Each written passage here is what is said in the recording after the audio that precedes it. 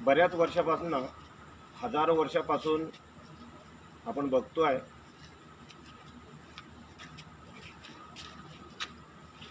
की जेवढे आक्रमण परकीयांचे झाले, जसं मोगल साम्राज्याने येथे आपल्या देशामध्ये शासन केलं, किंवा पोर्तुगीजांनी शासन केलं, जेवढं शोषण इथल्या इंग्रज लोकांनी आपल्या देशाची लूट केली, त्यापेक्षा कितीतरी लूट हजारो वर्षापासून इथली जी व्यवस्था आहे विषमतावादी, ती आजही आपली लूट करत आहे. आता ती लूट कशा पद्धतीनं, आर्थिक शोषण जे आहे कशा पद्धतीनं करत आहे ते मागच्या लोकांना दिसत नाही. तुम्ही थोडेसे मागे व्हा.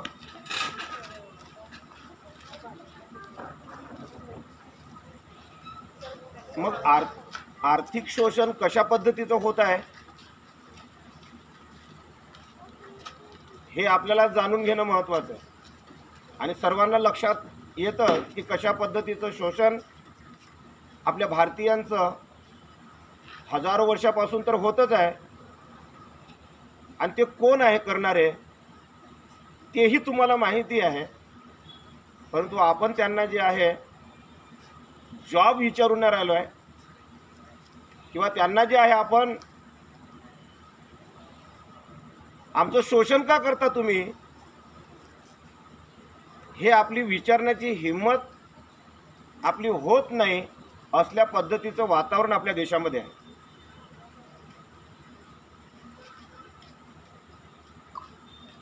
अलीकडे आपण बघतोय की आपली लूट जी आहे शैक्षणिक क्षेत्रामधूनही होत आहे. आज तुम्ही बघताय की शिक्षणाच्या क्षेत्रामध्ये आपल्या लेकरांची जी काही फीज आहे शिक्षणाची, ती मोठ्या प्रमाणात आपल्याकडून उकळण्यात येत आहे. ती भांडवलशाही व्यवस्था आहे. भांडवलशाही व्यवस्था शिक्षणाच्या माध्यमातून तुमचं शोषण कसं करायचं, अशा पद्धतीचं ते जे आहे उपाययोजना निर्माण करतात आणि भारतीयांचं शोषण कसं करता येईल याचा ते प्रयत्न करत असतात.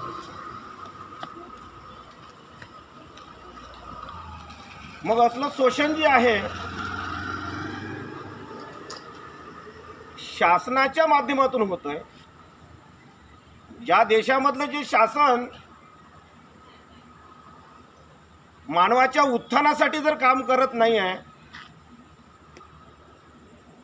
तर ते मानवाचं शोषण करण्याचं काम करत आहे, तर ते शासक नसून ते शोषक आहे, एवढं लक्षात ठेवा. ते तुमचं शोषण करत आहे.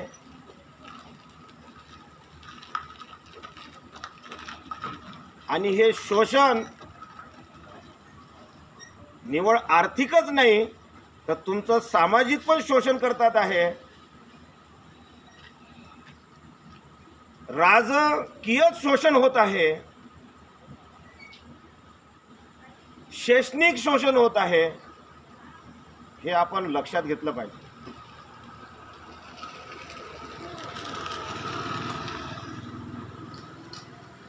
आजच्या घडीला आपण बघतोय की शासन व्यवस्थेच्या माध्यमातून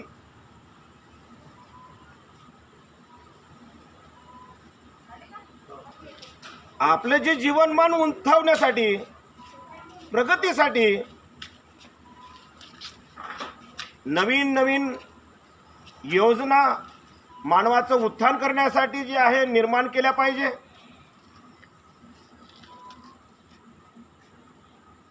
परंतु या देशातील, भारत देशातील अलीकडे आपण जी शासन व्यवस्था बघतो आहे, तर ती जी आहे आपल्याला जी प्रगती दाखवतात आहे, ती फक्त डोळ्याला तात्पुरती दिसणारी प्रगती आपल्याला दाखवतात, परंतु खरं मानवाच्या उत्थानासाठी काय पाहिजे आहे ते मात्र करण्याचा प्रयत्न करत नाही, एवढं लक्षात ठेवा.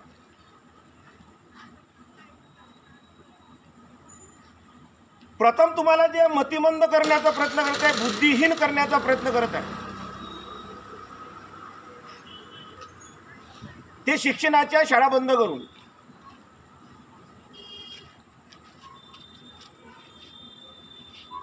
त्यानंतर तुमचं आर्थिक शोषण करायचं, म्हणजे रोजगार नाही द्यायचा, त्या माध्यमातून तुमचं शोषण करत आहे.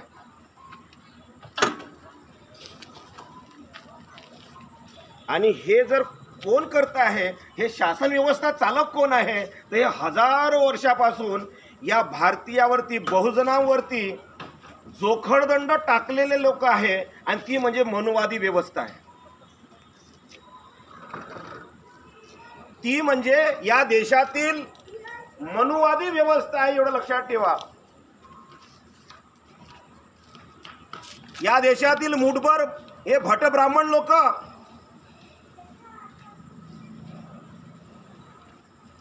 या पुंजीवाद्यांना सोबत घेऊन हजारो वर्षापासून सामान्य लोकांची हे लूट करत आहे.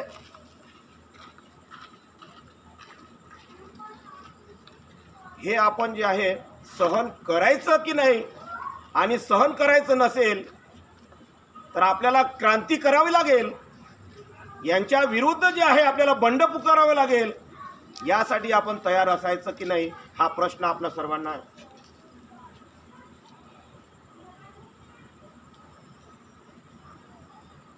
कुठलाही प्रोजेक्ट तुम्ही जे आहे, किंवा कुठलाही जे प्रकल्प किंवा कुठलंही जे काम आहे आपल्या देशामध्ये जेव्हा डेव्हलपमेंटच्या नावाखाली केलं जातं, जर नालंदा नगरचा सपोज उदाहरणार्थ हा रोड जर बनवायचा असेल, तर या रोडला ॲक्च्युली पैसे किती सँक्शन झालेत,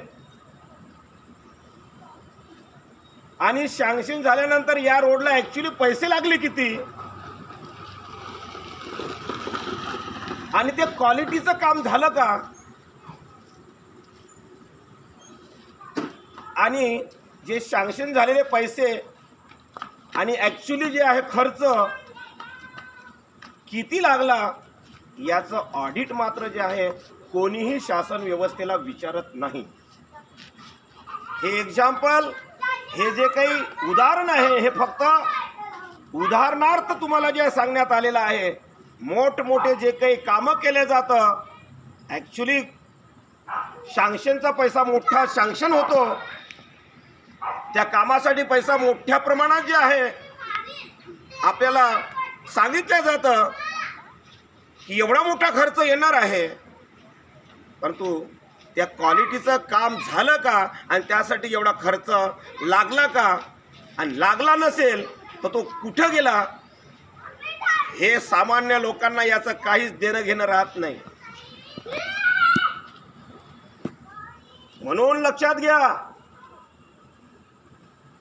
शासन सामान्य लोकांचं पाहिजे, पण इंग्रजांचं शासन या देशातून गेल्यानंतर हजारो वर्षापासून तर पिळवणूक केलीच, पण ते आजही जे आहे शासनामध्ये राहून आपली पिळवणूक करत आहे, शोषण करत आहे, एवढं लक्षात ठेवा.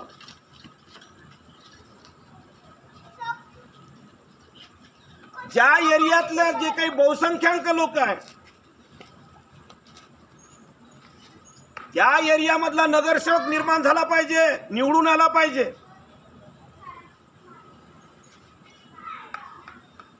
किंवा जे आहे आज दक्षिण विधानसभा म्हटल्यानंतर दक्षिण विधानसभेमध्ये जे आहे लोकसंख्या कोणाची जास्त आहे, त्या लोकसंख्येच्या माध्यमातूनही आपला आमदार आला पाहिजे. परंतु मात्र ते या देशामध्ये आपल्याला दिसून येत नाही. का होत आहे असं? या मुठभर लोकांचं शासन काय येतं भारतामध्ये? जे क्रांतिकारी महापुरुषांच्या विचाराच्या लोकांचं शासन काय येत नाही? तुमच्या प्रश्नाला किंवा महापुरुषांच्या विचाराचे शासन आपल्या देशाला पाहिजे. लोकांचे जे काही प्रॉब्लेम आहेत किंवा जे आहे रोजगाराचे प्रॉब्लेम असेल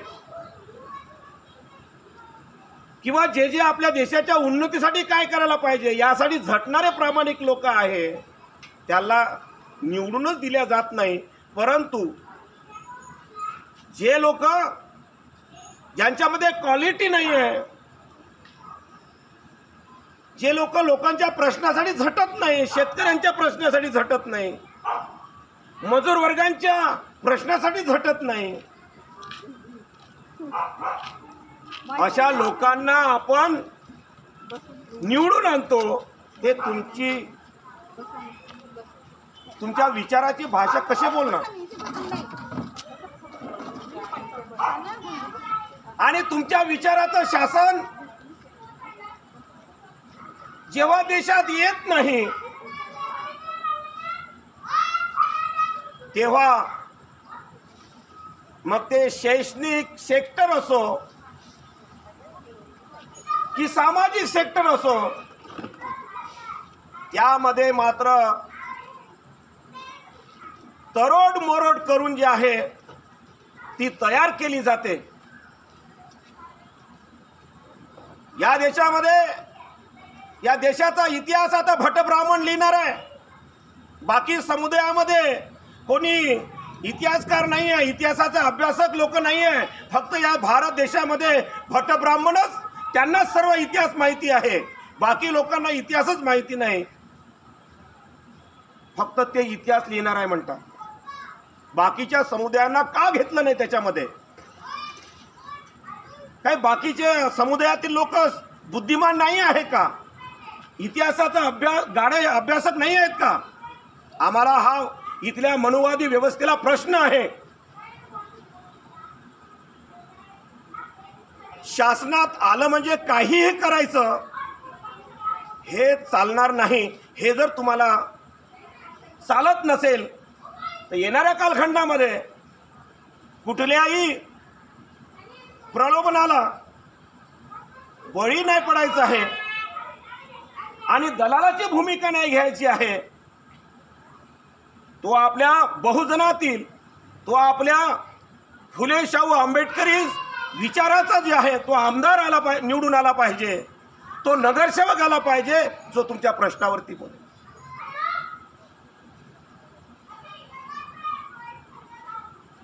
त्या दिवशीच्या एका न्यूजपेपरला आलंय की आता शिक्षणाच्या पाठ्यपुस्तकामध्ये मनुस्मृतीचे श्लोक जे आहे अभ्यासाला येणार. काही शिक्षण महामंडळांनी रामायण म्हणून जे धडे देणार आहे रामायणाचे, काही महाभारतातले देणार आहे. काही हरकत नाही, तुम्ही दिलेत ना. पण तशाच या भारत देशामध्ये दुसऱ्या पण धर्माचे लोक राहतात, दुसऱ्या समूहाचे लोक राहतात. तर तशाच पद्धतीनं इतर समूहाच्या धर्माचे सुद्धा विचार जे आहे तुम्ही तिथे दिले पाहिजे. जसं तुम्ही रामायण महाभारताचे आणि मनुस्मृतीचं टाकत असाल तर बाकीच्या समुदायाच्या धर्माचे तुम्ही जे विचार तुम्ही जे आहे त्या धड्याच्या रूपामध्ये दिले पाहिजे. अन्यथा या देशामध्ये ही मनुवादी व्यवस्था या शासनाच्या नावाखाली आपल्या भारतीय लोकांना वेठीस धरण्याचं काम करत आहे. शासन व्यवस्थेचा गैरवापर करत आहे. हे आपल्याला जर मान्य करायचं नाही आहे तर यासाठी आपल्याला संघटित होऊन या देशामध्ये फुले शाहू आंबेडकरी महापुरुषांचं शासन आपल्याला आणण्यासाठी कटिबद्ध किंवा कमिटमेंट स्वतःला द्यायचा एवढं लक्षात ठेवा.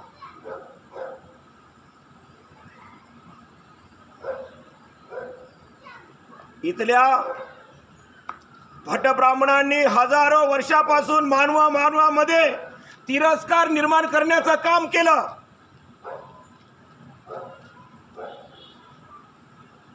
इथल्या मनुवादी व्यवस्थेला आणि इथल्या भांडवलशाही व्यवस्थेला आमचा प्रश्न आहे की तुम्ही या देशामध्ये मानवाच्या उत्थानासाठी कोणतं काम केलं एखादं तर तुम्ही सांगावं।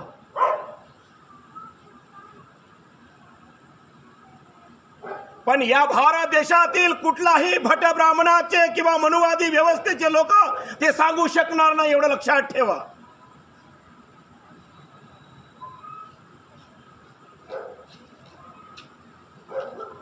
आमच्या देशातील लोकांच्या पैशाचा गैरवापर करत आहे, एवढं लक्षात ठेवलं पाहिजे आपण। आणि हे जर आपल्याला बदलवायचं असेल तर प्रथम इथल्या मनुवादी व्यवस्थेला, या पुंजीवादी व्यवस्थेला आपण इथून हाकलून लावलं पाहिजे। ही आपली एक और लढाई आझादी की आहे, एवढं लक्षात ठेवा। ही एक और लढाई आझादी की लढावी लागेल, कारण की या देशातील जे शासक विषमतावादी आहे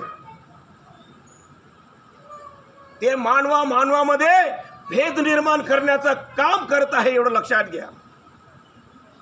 आणि ते आजच नाही, भारत स्वातंत्र्याच्या पूर्वीपासून हजारो वर्षापासून मानवाचं शोषण करत आहे। यांनी वर्णव्यवस्था निर्माण केली,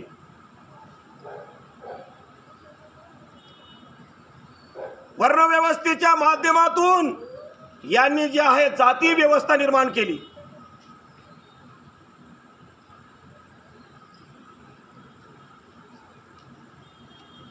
आणि जातीय व्यवस्थेतून धर्म विषमता सुद्धा जी आहे यांनी जी आहे आमच्या भारतीयांच्या मनामध्ये विषासारखी जी आहे ओतली। जे विष आमच्या भारतीयांच्या मनातून अजूनही जाऊन न राहिलेलं आहे।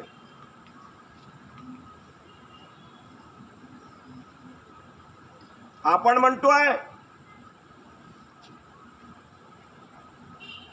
की हे जे जातीय विषमता नष्ट झाली पाहिजे, जशी हवा सर्वांना समान आहे, मग ती धर्म पाहत नाही, कोण्या जातीचा आहे तो मनुष्य पाहत नाही, सर्वांना समान हवा जी आहे ऑक्सिजन मिळतोय।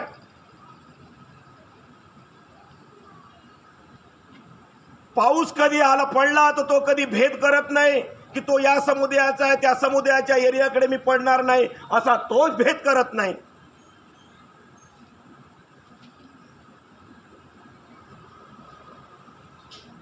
जेव्हा सूर्य उगवतो, सूर्याचे किरण आपल्याकडे येतात, तो कधी भेद करत नाही। हे सर्व नैसर्गिक आहे। मग माणूस सुद्धा कुठला वेगळा कसा काय, निसर्गाच्या वेगळा अलग कसा असू शकतो? तो पण निसर्गाचाच भाग आहे। हा मनुष्य सुद्धा नैसर्गिक आहे,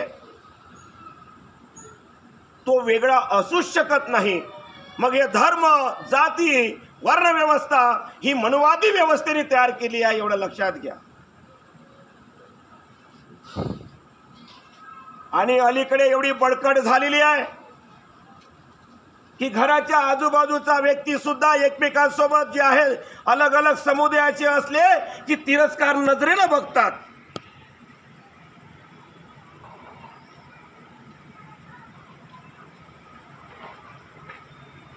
त्यांना जे आहे प्रगल्भ विचाराने ते एकमेकांसोबत बोलत नाही।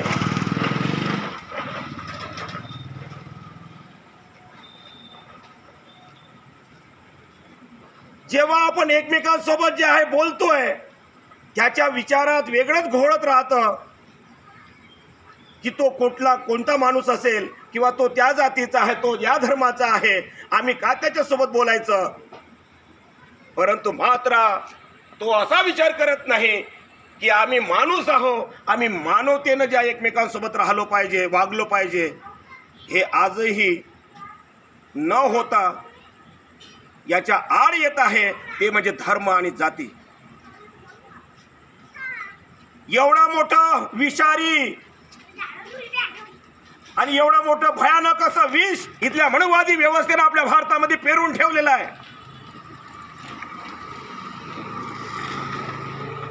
आणि हे जर आपल्याला काढायचं असेल तर प्रत्येक भारतीयांना सांगणं आहे, हे फुले शाहू आंबेडकरी विचारांचे आहे. या संपूर्ण बहुजनातील लोकांना सांगणं आहे की रोटी बेटी व्यवहार आपण केला पाहिजे. एका समुदायातील जो काही मुलगा आहे, लग्न करायच्या वेळेस दुसऱ्या समुदायातील म्हणतो आपण ती मुलगी जरी असली तरी काही हरकत नाही, लग्न केले पाहिजे. जोपर्यंत आम्ही रोटी बेटी व्यवहार करणार नाही दुसऱ्या समुदायासोबत, तोपर्यंत हे जाती व्यवस्था खतम होणार नाही. काही लोकांना वाटत असेल की आम्ही आपल्या समुदायाच्या मुलीसोबत किंवा मुलासोबत लग्न केलं नाही तर काय होणार? का ते मनुष्य नसतात का दुसऱ्या समुदायातले? असतात ना. मग जे आहे रोटी बेटी व्यवहार व्हायला पाहिजे. या भटब्राह्मणांच्या असल्या जातीय विषमतेत आम्हाला जगणं आपण बंद केलं पाहिजे, लक्षात घ्या.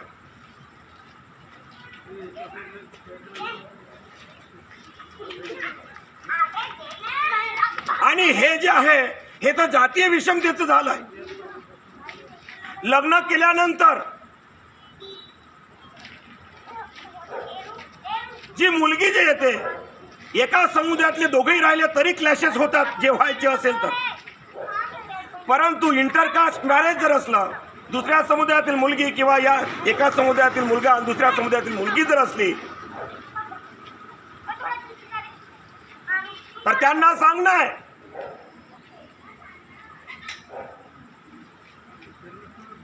तुम्हाला ज्या दोन्हीकडले जे आहे वेगवेगळे जरी धर्म आणि जाती असल्या तरी पण याला बळी पडू नका.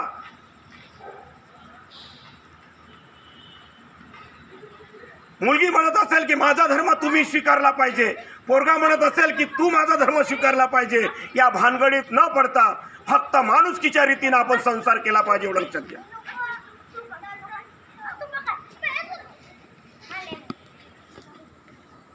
आणि हे जर आपण केलं तर मात्र येणारा काळ या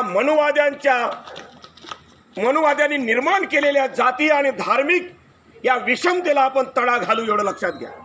पण आम्ही प्रगल्भवादी पहिले होणार का हे आपण लक्षात घेतलं पाहिजे. आणि या मनुवादी